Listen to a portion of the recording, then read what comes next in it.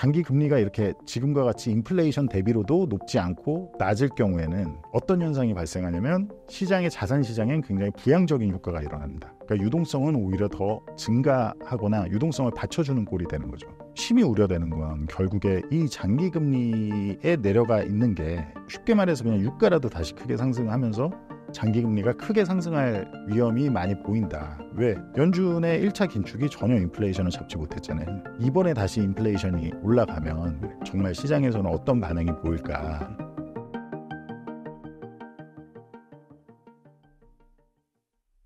저는 매크로 운용과 자문을 전문으로 하는 프루츠 투자자문의 이선철 대표라고 합니다. 좀 많은 분들이 아마 안 좋아하실 것 같은데 다만 이제 저는 제가 보이는 위험을 얘기를 하는 거니까 너무 좀 편견 갖고 보지 말아주시고 좀 제가 하는 얘기가 무슨 내용인지를 좀 잘 이해를 한번 해보시려고 좀 노력해보시려고 하시면 되게 좋겠습니다. 예, 지금 저는 일단 기본적으로 요새 연준에서 라스트 마일 얘기를 많이 하잖아요. 이제 마지막 인플레이션을 안정하기 위한 이제 마지막 마일에 다 왔다. 한마디로 다 왔는데 이제 마지막이다 보니 이제 좀 울퉁불퉁할 수는 있지만 라스트 마일이다. 이제 얼마 안 남았다. 이런 얘기를 하는데 저는 지금 연준이 하는 그 얘기가 그 21년에 이제 인플레이션은 그 일시적이다. 트랜지토리라고 한 것과 같은 얘기라고 저는 보고 있습니다. 그리고 그의 근거와 왜 앞으로 인플레이션이 다시 상승할 수밖에 없을 거며 그게 결국 주식시장에 어떻게 영향을 끼치게 될 건지에 대해서 좀 말씀을 드리도록 하겠습니다. 지금이 정말 인플레이션을 잡을 만큼 긴축적이냐를 알기 위해서는 한번 이 화면을 봐주시면 좋을 것 같은데 지금 많은 분들이 사실 파월을 볼커와 같다라고 이제 많이 생각을 하셨어요. 22년, 23년에. 그래서 결국에 우리가 두려워할 건 인플레이션이 아니라 연준이다. 이렇게들 많이 생각을 하셨는데 이 지금 보시는 차트는 1950년부터 현재까지의 실질 기준금리입니다. 근데 실질 기준금리로만 봐도 볼커 당시에는 약 10년간 여기 보이시면 여기 상단이 한 실질 기준금리가 한 9%까지 올라간 거거든요. 그리고 요 위에 상단선이 한 3% 정도 됩니다. 그러니까 실질 기준금리를 3%에서 10% 사이에서 거의 한 10년을 유지를 한 게 이제 볼커 시대였다. 네. 반대로 이제 파월은 워낙 일시적이다라고 얘기를 하다 보니까 네. 실질 기준금리가 이렇게 마이너스 8%까지 하락을 한 적이 있죠. 네. 이게 이렇게 마이너스 8%를 지난 70년간 한 번도 없었던 이렇게 내려왔었다라는 건 굉장히 부양적인 힘이 어딘가에 남아 있다는 얘기고 지금 이제 최근에 5.25에서 5.5로 올렸다고 해봤자 여전히 실질 기준금리는 그냥 이 레인지 안에 있다. 그렇죠? 다만 스태그플레이션이 언제냐? 여기거든요. 제가 지금 마우스로 여기 70년대 이 정도의 긴축을 가지고 진짜 화폐적 현상으로 발생한 인플레이션을 정말로 제대로 잡을 수 있을 것이냐. 경기야 어느 정도 둔화시킬 수도 있겠으나 정말 인플레이션이 잡힐 수 있겠느냐에 대해서 생각을 해보셔야 된다고 저는 말씀을 드리고 싶고요. 그런 차원에서 22년에 9%까지 물가가 상승한 거를 가장 그나마 근접하게 비교할 수 있는 건 누가 뭐래도 이제 1970년대 그리고 1940년대 그리고 1910년대가 되겠죠. 지난 100년 동안. 그러면 일단 가장 가까운 사례인 70년대와 비교를 해보자면 현재 여전히 유동성이 정말 긴축적이어서 우리가 오히려 전형적인 경기 침체, 유동성이 없어서 발생하는 전형적인 경기 침체를 우려할 만큼 굉장히 긴축적이냐를 보기 위해선 특히 10년 실질 금리를 보셔야 됩니다. 그러니까 자산 시장은 기준금리가 아니라 10년 금리와 굉장히 밀접하기 때문에 10년 실질 금리를 보셔야 되는데 10년 실질 금리를 보시면 여기 이 흰색이 지금 10년물 금리에서 헤드라인 CPI를 뺀 값이고요. 그리고 이 빨간색은 그냥 CPI의 전년비 수치를 위에다 오버레이 해놓은 겁니다. 보시면 70년대 이렇게 한번 내려가서 이제 실질금리가 다시 어느 정도 인플레이션이 내려오면서 잡히나 했다가 이 부분에서 다시 내려가죠.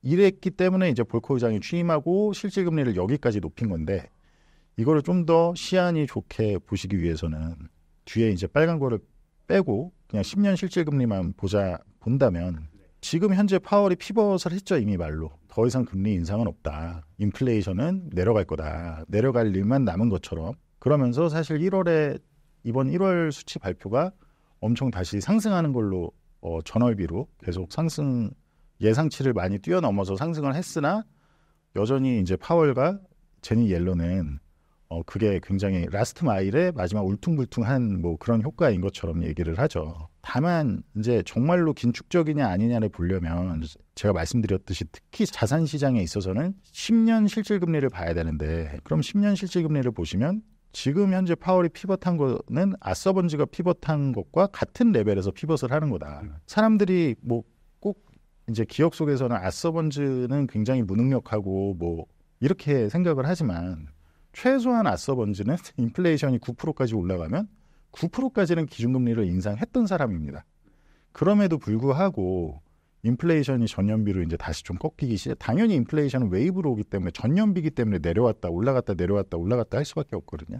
이제 그렇다 보니까 좀 그 인플레이션이 내려오는 것 같을 때 아서번즈가 이제 금방 다시 피벗을 했죠. 그게 이제 요 구간이고 지금 파월이 한국과 같은 10년 실질금리 레벨에서 지금 피벗을 하고 있다.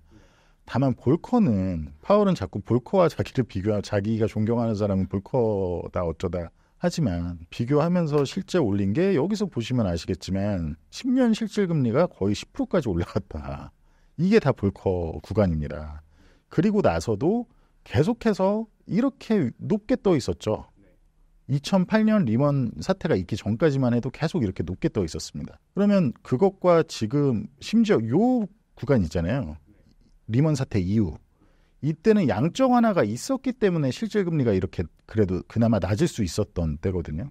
양적 완화라는 건 말 그대로 중앙은행이 돈을 그냥 허공에서 찍어낸 돈을 가지고 자국의 국채를 장기 국채를 사주는 행위를 뜻하죠. 결국에 그렇게 되면 장기금리는 인위적으로 계속 낮아지게 되고 다만 그때는 인플레이션이 나타나지 않았기 때문에 거의 이제 지금의 순간까지 온 거라고 보시면 되거든요. 많은 투자자분들이. 근데 지금 현재 제도권이나 많은 투자자분들은 지금 이 레벨이 우리가 앞으로도 있을 노말이지 않을까라는 이제 그런 꿈을 꾼다라고 생각하시면 될 것 같아요. 다만 지금은 양적 완화는커녕 오히려 QT를 하는 구간이잖아요.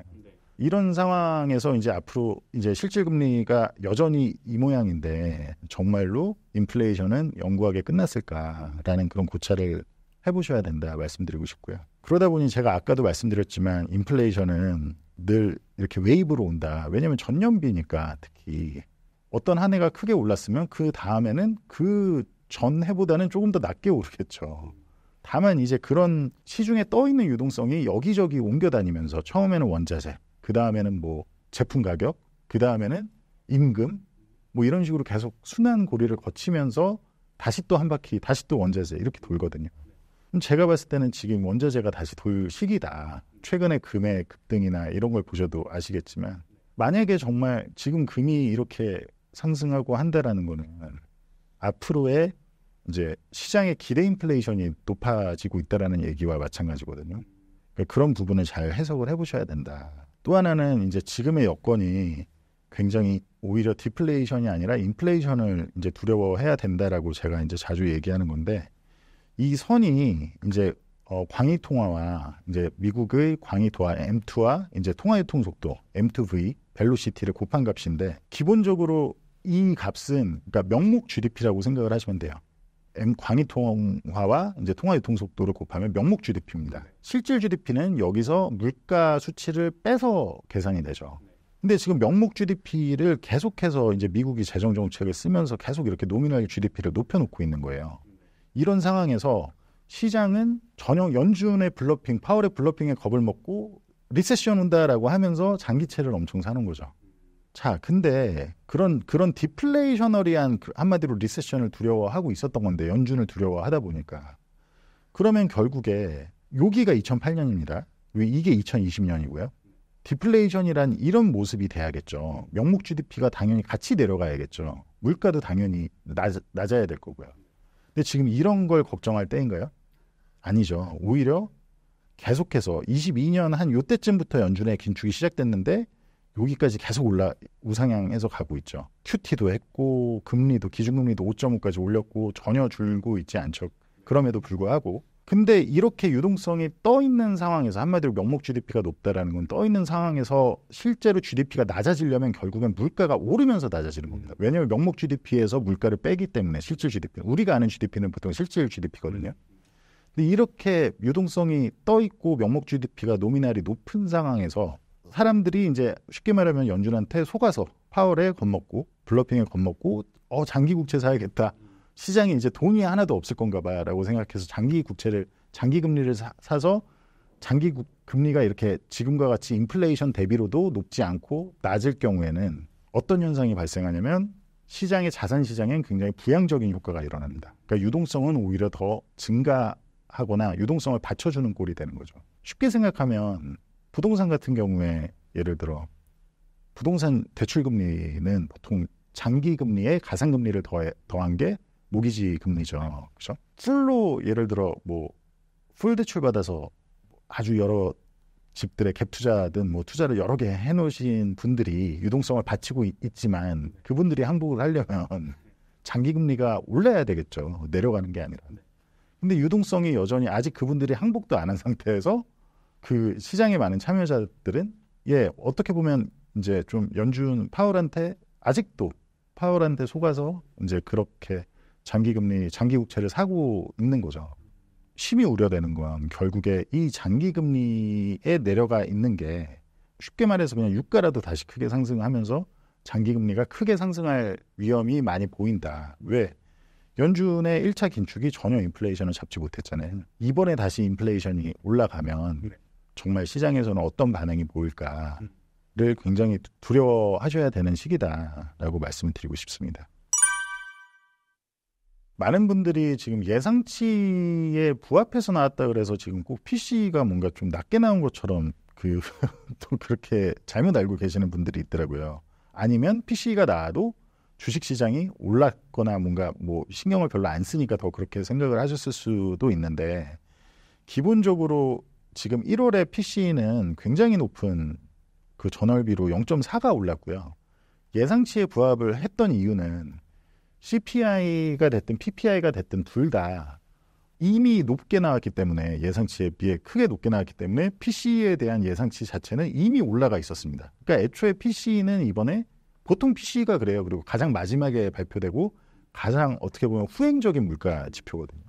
그러니까 이번에 PC이 발표는 사실은 정말 웬만한 큰 이변이 없으면 시장에는 영향을 못 줄 물가가 맞았거든요. 근데 어쨌든 간에 현실을 정확하게 인식을 하셔야 된다. 지금 전월비로 굉장히 높은 수치로 나왔고 슈퍼코어도 마찬가지입니다. 슈퍼코어 PC도 그렇고 이제 에너지, 음식 그리고 주택, 하우싱까지 다 빼고 정말 그 스티키한 슈퍼코어 PC도 굉장히 전월비 0.5%인가 상승을 했어요.